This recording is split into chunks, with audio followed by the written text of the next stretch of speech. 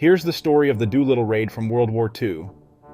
On April 18, 1942, 80 men, most of them barely out of their teens, took off from a Navy carrier in the Pacific Ocean.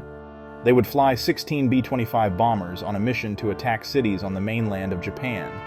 The attack would cause relatively low damage, but physical destruction was not their objective. The goal was to inflict psychological damage by demonstrating that Japan was vulnerable. The attack was a success.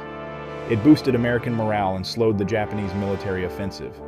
Before the mission, when the group of pilots and crew first assembled, Lieutenant Colonel James Doolittle informed them that the mission would be highly secret, dangerous, important, and interesting, and some of them probably would not return.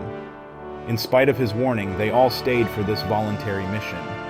One of the volunteers, Richard Cole, served as the co-pilot on Jimmy Doolittle's plane. From that vantage point, Cole had the opportunity to observe what Doolittle said and did before, during, and after the raid.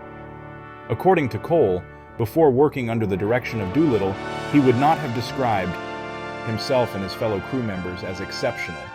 Most of them were new graduates, flying their first combat missions.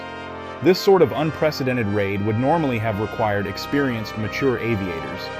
But Doolittle went to war with the crew he had, not the one he would like to have had.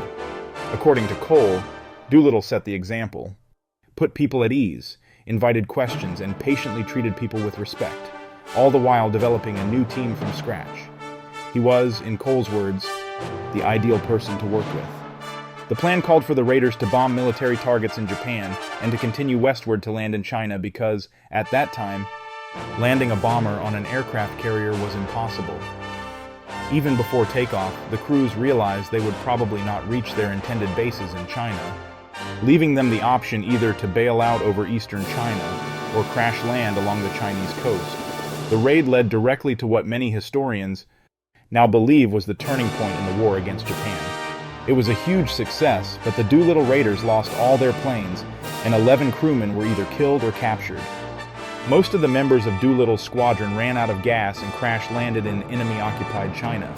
This begs the question, what would cause young men to willingly sacrifice themselves on an insanely risky mission like the Doolittle Raid? I invite you to join us on episode 10 of the Cluttered Path podcast for the answer to this question and a deeper discussion of leadership that inspires tremendous sacrifice.